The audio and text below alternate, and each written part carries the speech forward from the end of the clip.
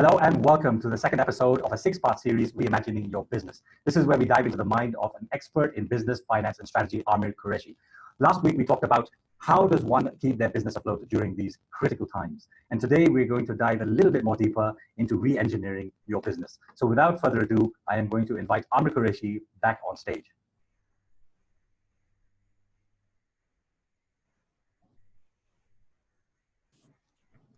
Amir, welcome back. It is so wonderful to see you again. And we are here now in the second episode of Reimagining Your Business. The tools and the strategies that you shared with us in the first episode were extremely insightful. And in fact, I've put some of that into practice and I'm starting to reap the benefits. I'm not looking at it from the context of how do I just survive, but how do I really reimagine my business in such a way that I can perhaps capitalize on today's day and age.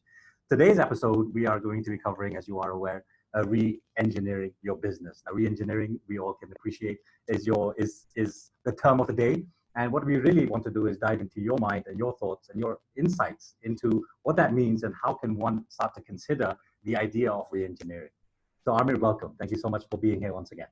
Well, thank you very much. It's good to see you, coming to you live from sunny Canberra. Well, no, it's not quite sunny.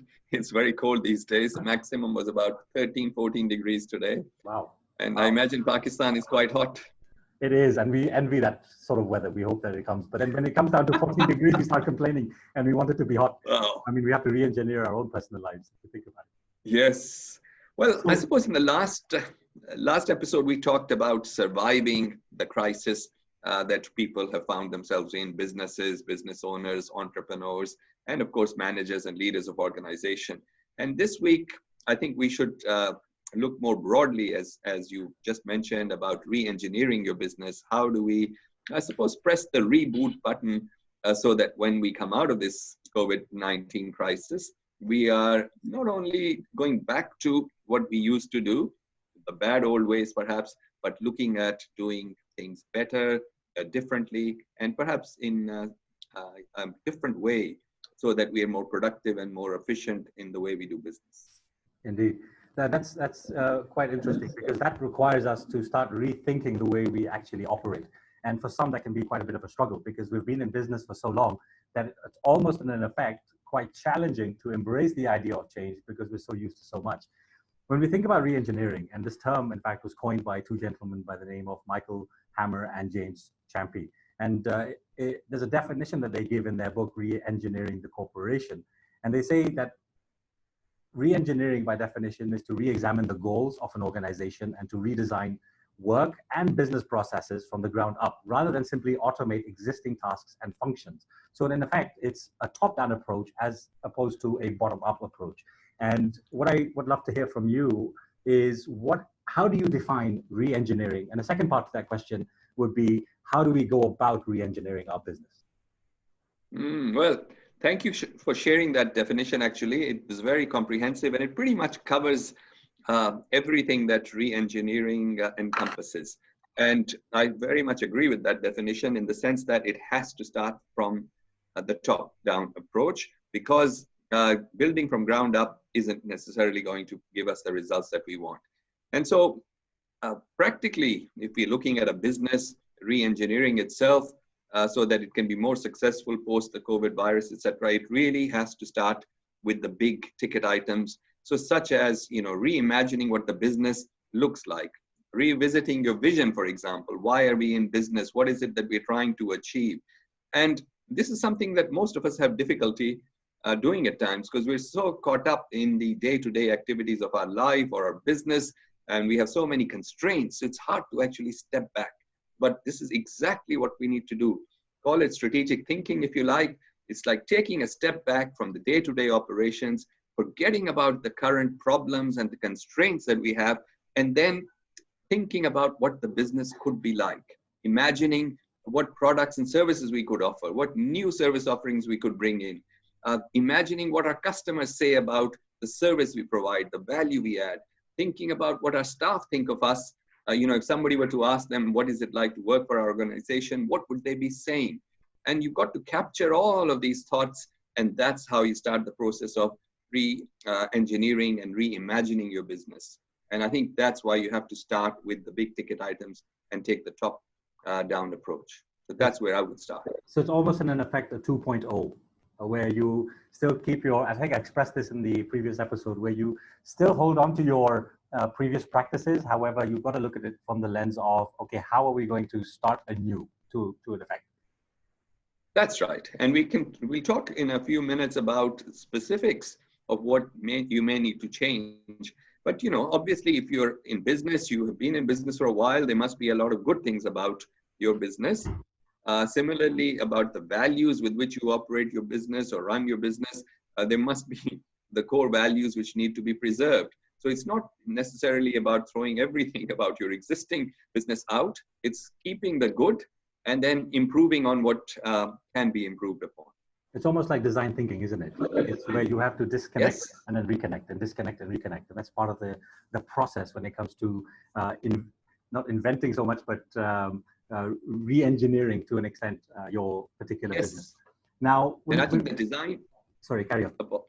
Sorry, the design thinking concepts and approaches would be very useful in this whole process of reimagining and re-engineering your business. In fact, I think that would be very, very useful if you had access to someone who could help you, who could facilitate a couple of sessions around that. That would really be beneficial. Yeah, and we know a couple of folks, I believe you do too, who are experts in that field. So if anyone is really keen on really wanting to take this next step forward, then certainly reach out to us and we'll be happy to provide you that contact.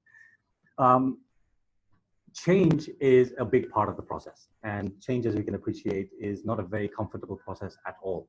And in my engagement with a lot of individuals and businesses, what I get a sense of is not so much a resistance around change as opposed to the resistance around the idea of change. And what that means is that I'll give you a very small example. And if you look at Facebook, anytime that they change their platform, a lot of people go up in arms not liking what they see, and it's very difficult to navigate through the page. However, over the course of some time, people get so used to it that now going back to the old model almost is going back to change.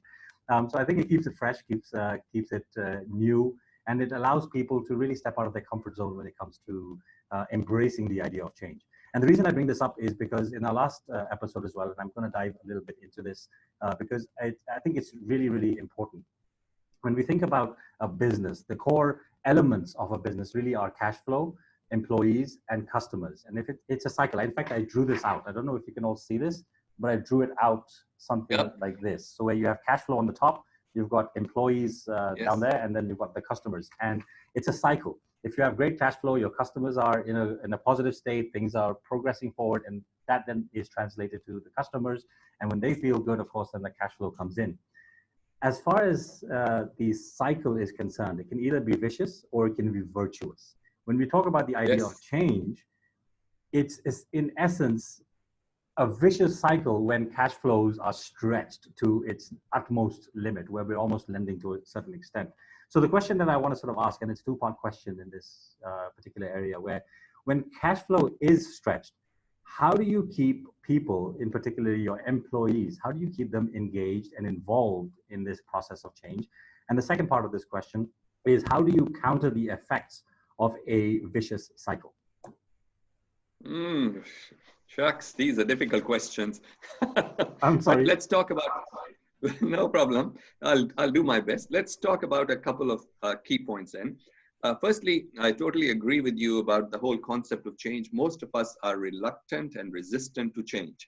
And it takes something really major for us to even think about changing. Just think about our personal habits and lifestyles and the way we go about our day-to-day life. Even, taking a different way to a particular place that you frequently visit, or going to your office through a different route is a big thing for most of us, and we struggle with that. So change is something which makes most of us uncomfortable. And the key point to remember, though, when we're talking about re-engineering your business, it requires change. And unfortunately, because of what's happened, around the world with this virus, we don't have a choice. We are now being forced into it. There's enough pain inflicted upon all of us that we actually have to change. Now, the key point to remember, and since you mentioned the employees, is that it's fine for the owners to come up with their model for change, their blueprint for change. But unless the employees and the team engages with them, unless they take them on the journey with them, you're not going to have success. because you're only one part of the equation. You need to have the employees and your team on board. So it's very important. While we're all resistant to change, we need to change because it's being forced upon us. And the second thing is you have to take the team with you. That, I think, are fundamental points that you have to remember. And it's not easy, but we don't have a choice right now. It's necessary. It's necessary. And, it usually takes, it's a simple example I would give you is that, most of us, if some of us have unhealthy lifestyles, very reluctant to change. And then, God forbid, something terrible happens, someone suffers a heart attack or some other major illness, that then forces them to change their habits. And similarly, businesses are going through a situation where many of them are in intensive care at the moment. So there is no option but to change. So you have to do that. That's interesting, because a great motivator for people to begin to embrace the idea of change is to foresee the worst case scenario. And I was speaking actually to my dad the other day, and he was mentioning an example around going to the dentist and explaining, especially to a child, if you think about it, to constantly floss because it's a good thing to do really isn't a motivating factor. But just imagine you had no teeth only because you didn't spend a few minutes flossing. What would your life be like? So in the same context, what's the worst case scenario for your business, and what must you do now to ensure that you don't get to that state eventually? So of course, everything is a piece by piece approach. That's right. And essentially the worst thing that can happen to business is it fails, it goes into liquidation or insolvency, some other form of insolvency. The owners end up losing their investment. Sometimes they may even lose their personal assets. Especially in countries like Australia, where the laws are very strict, they'd lose their personal assets. They would have personal guarantees to banks and the financial institutions. So it's a terrible situation. In my younger days, when I used to work with one of the big firms in the area of insolvency, this is another interesting thing I learned, that when a business failed, often the husband and wife who were in business together would end up getting divorced. So it was also the end of that relationship. So it has so many negative aspects. Apart from loss of your financial assets, you end up ruining your relationships and so on. Your other questions were in regards to cash flow and how the cycle of cash flow, when cash flow is tight, how you can deal with that situation. In the context of yes, there's a couple of things. Firstly, as far as the employees are concerned, and when you're the business owner, it's your responsibility to manage the cash flow. And that's why you're the owner. And when business is good, that's why you make the big bucks, as people say. So your employees should be somewhat sheltered from the day-to-day challenges of cash flow and so on. Obviously, you need to share certain amounts of information, or if it relates to the job that they're doing or the role that they're fulfilling, you need to be open and transparent. However, management of cash flow is your responsibility. Making sure you have sufficient funds to pay your suppliers is your responsibility. So part of re-engineering your business is to make sure you have sufficient cash resources. And we can talk specifically about doing your cash flow budgets, doing your business projections and so on, so that you don't have these issues on a day-to-day basis. Interesting. Now, when we talk about those three elements, and I just want to dive deeper because I'm curious about it, is the key, sort of the primary areas of any business is, of course, your cash flow, your employees, and your customers. And of course, there are external stakeholders that are very much part of the puzzle, if you will. So if you think about shareholders in the business, the banks, you think about vendors, suppliers, contractors, etc. The community as well, if you think about it. Looking at shareholders whose primary incentive is, of course, profit, how do you influence them to re-engineer your business, which might affect the bottom line initially? How do you keep them on board? That's a very good question, actually. And depending again on the size of the business and the number of shareholders, if you're talking about a large organization where there are external shareholders, communication is a key aspect of managing this relationship. So as the management who's entrusted with building wealth for the shareholders or adding value to the company, you have to be mindful that these people are extremely important stakeholders, as you've just pointed out. Now, shareholders are generally, and again, each shareholder is different, but generally in there for the long term. medium to long term, Mm. which means that as the company becomes profitable, the value of your investment goes up. So it's income and capital are two components of the return a shareholder expects. So, you know, the dividends they receive are the income return, and the capital appreciation in the value of the shares is obviously the capital part of the thing. So the shareholders are generally looking at both of those returns combined.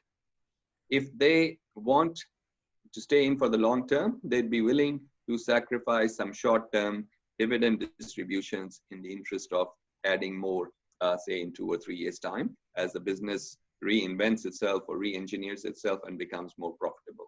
So if you communicate with the shareholders, point out what your strategy is, and that it will eventually lead to, you know, hopefully an increase in value, they're probably going to be willing to accept the short-term pay.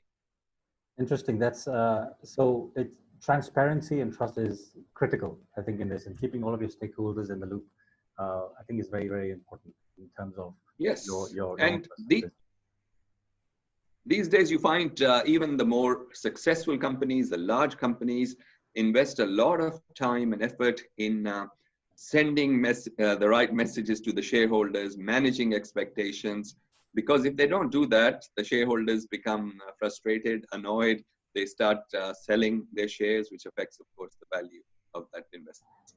So in sort of overall, what I'm hearing is that execution is absolutely critical, and how you handle the situation yourself personally is also extremely important. Yep. In our conversation earlier, we were talking about a business model. So could you just sort of elaborate a little bit on the business model that one currently has, and how should they re-engineer their business model perhaps to further its growth? I suppose business model encompasses many different things. You know, where do you generate revenue from? How do your customers pay? What is the service offering that you have, and how people actually pay? So if I were to give you some examples, you know, there are certain internet-based businesses which work on a subscription model. There are consulting firms which work on a fee-for-services model. There are some firms which work on a fixed fee model.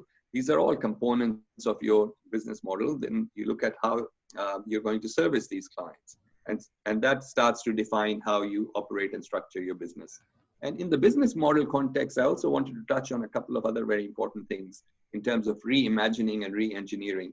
So, you know, you can set up a company structure, which a lot of people do to run a business. In Australia, we have another structure, which is a family trust. Discretionary family trust is one of the most flexible ways of operating a business.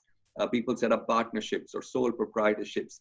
One of the things that I've been saying over the last few months is that traditionally, business owners have had an attitude where, you know, they maintain most of the business ownership in their own hands, and then we have employees. Well, part of what we need to think about now going forward is, why do we want to always have this separation between owners and employees? The model that professional services firms have had for years of, you know, partnership structure with lots of people having equity or stake in the business, that works extremely well for firms like, you know, the big four accounting firms, many of the consulting firms. So we could actually develop a model similar to that, where employees actually own a stake in the business, which then allows us to structure their salaries and their payments in a way which is more cost effective. They'd be more willing to take lower salaries and have a share of the profits. All of these things come into play. Rather than just putting them on a salary or having an incentive plan, they actually become genuine owners of the business. And just think about how the attitude of the employees would change if they were actually owners of the business, albeit a small percentage. I'm not saying give them the business, but if they own 5% of the business, for example, or 10% between them, what a wonderful thing for them. And what a great opportunity to actually help to build wealth in their hands. And I mean, this is nothing new. This is companies like Microsoft have been doing this for years. And I've just talked about the professional services firms. So why don't mom and dads who run businesses in Pakistan, in Australia, and other countries, why don't they think of alternative ownership models while they're re-engineering their business model? There's a huge psychological part on, I think, that front, and the effects of it, if we were to sort of embrace that idea, I mean, it is incredible to think that you are part of something greater than yourself. And if businesses start to think sort of along those terms, and really bringing your employees, for lack of a better term, I mean, the word employees means to employ, but people are not machines.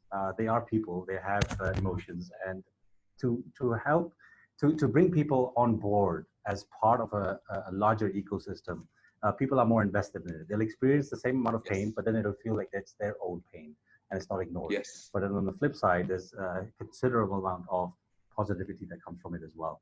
That's quite incredible. I was just having a quick peek at the watch, and time just flew by. I mean, we could keep talking for a long time, but we have to keep this succinct, I'm sure.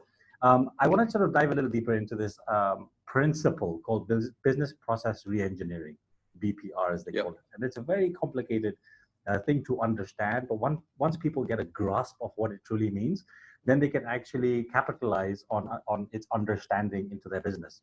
And a great definition that I came across in this context is it's the practice of rethinking and redesigning the way work is done better to support an organization's mission and to reduce Mm. costs. So really the key words here are rethinking and redesigning. And you've elaborated on that quite a bit. But can you talk to us a little bit about what BPR is and how can we incorporate that into our business? Sure. So if you go back a couple of steps, we started with the fact that the whole process should start from top down. So we start with our vision, we talk about the way the business is structured, the ownership structure and all of that. And then ultimately it comes down to how we do business. How do we deliver products, services? How do we manage our finances and accounting? And that's where all of the business processes come into play. And the whole idea behind business process reengineering is to come up with innovative and more efficient ways of doing things so that we minimize the amount of administrative burden that we place on our employees, make it easier for clients and customers to do business with us. We all get frustrated when you try to do something and someone quotes the rule book and says, sorry, this is company policy. And a lot of the time, there's not much logic or thought behind it, but it was a policy somebody came up with 20 years ago, and it's continued like that. So in this process, we're talking about simplifying the actual process of, could be as simple as how do we pay our employees their salaries, who reviews the salary calculations, who signs off on the payment, what the process is. Now, if you traditionally look at an extreme example, 5 people used to check the calculations because it was done manually. Then, you go to a bank and take out a whole heap of cash and you pay people in cash, and then they would sign for receiving the money and so on, right? This is how traditionally the olden days salaries used to be paid. Now, at the press of a button with one authorization, you can have the money in people's bank accounts virtually instantly. And that is an example of how processes have changed. So all organizations need to look at every single thing from the time a customer walks in to the time and how they receive him or her, how they treat them, how they actually say goodbye if they're leaving. And similarly, in terms of administrative functions like salaries, payments, stock control, what are the steps that they have? Because we don't want to compromise on controls and things that will protect the assets of the business. But if it's unnecessary, if it's not needed, if it doesn't add value, then we remove those unnecessary pieces. To an extent, it's a culture shift. And if you have a larger employee base, of course, it takes that much more time, but there's so much that goes into rethinking and redesigning what needs to be done for the greater good. In an essence of what I'm sort of gathering is when we think about change, because this is, I think, all revolving around this idea of change, where there's one thing to adapt to change, and essentially what we're doing now in terms of reengineering is enforcing change, not putting pressure upon people, but it's something that is necessary and mandatory, but you have to bring people with you. It's to an effect a revolution, but in a very positive way. Yes. That's sort of the sense that I'm getting. Now, this has been incredibly fantastic and extremely insightful. I think I've gained so much, and I just want to continue talking to you, and I'm sure there's so much more that you want to share as well, but I will sort of stop it here. You were mentioning just before we began a book that you were sharing with me. Would you like to just quickly talk a little bit about that and whether or not Sure. you recommend it to others? Yes, so I just wanted to wrap up with a couple of points, and then I'll talk about the book. Awesome. Two things that you've said throughout our discussion, conversation, which we need to emphasize once again. We've talked about processes, we've talked about business model. These are the hard things in a business, right? The structural things. But nothing will work unless we take care of the culture, like you pointed out, and unless the employees are engaged. So we can produce the policies and procedures, manuals, we can write a business plan, but nothing will work unless the team is engaged and we have the right culture. So we have to invest in those things. And people find it strange when this comes from me being an accountant, but really I'm one of those, let's say, reformed accountants who believes culture, engagement, and these things are almost as important as anything else. Now, I was talking to you prior to us recording, this particular book that I'm reading at the moment called The Blue Ocean Shift.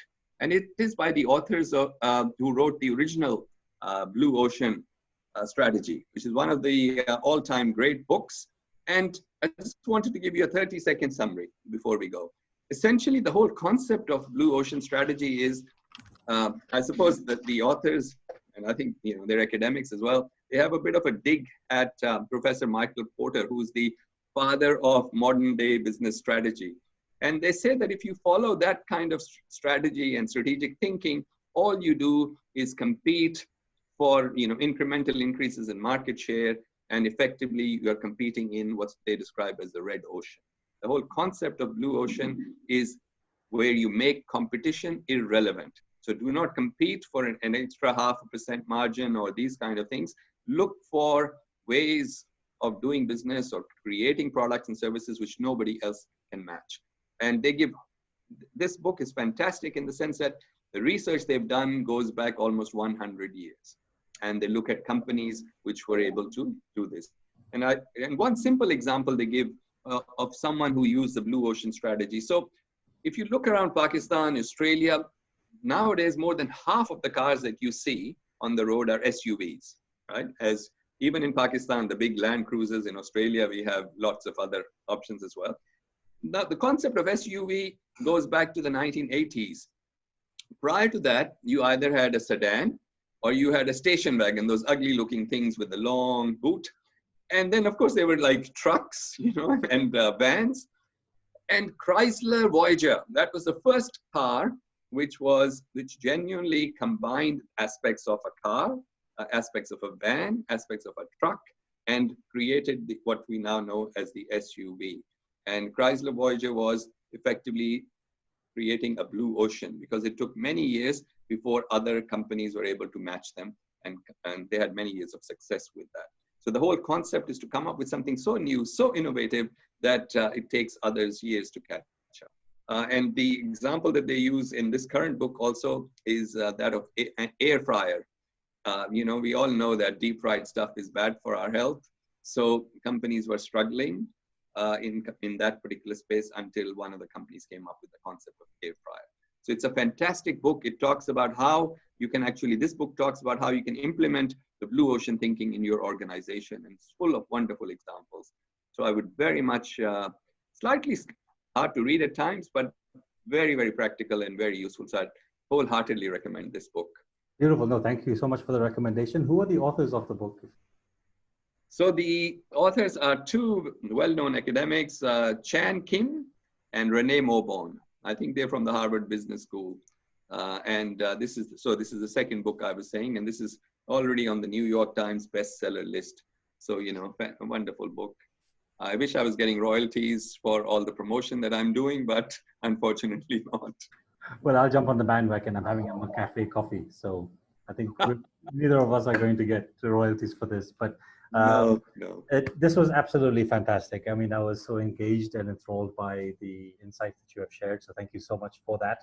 I think we're going to conclude now before Zoom decides to kick me off automatically. But thank you all so much for watching. Really do appreciate it. If there are any further questions that you have or any comment suggestions that you would like to give, please leave them in the comments below. We would love to see them.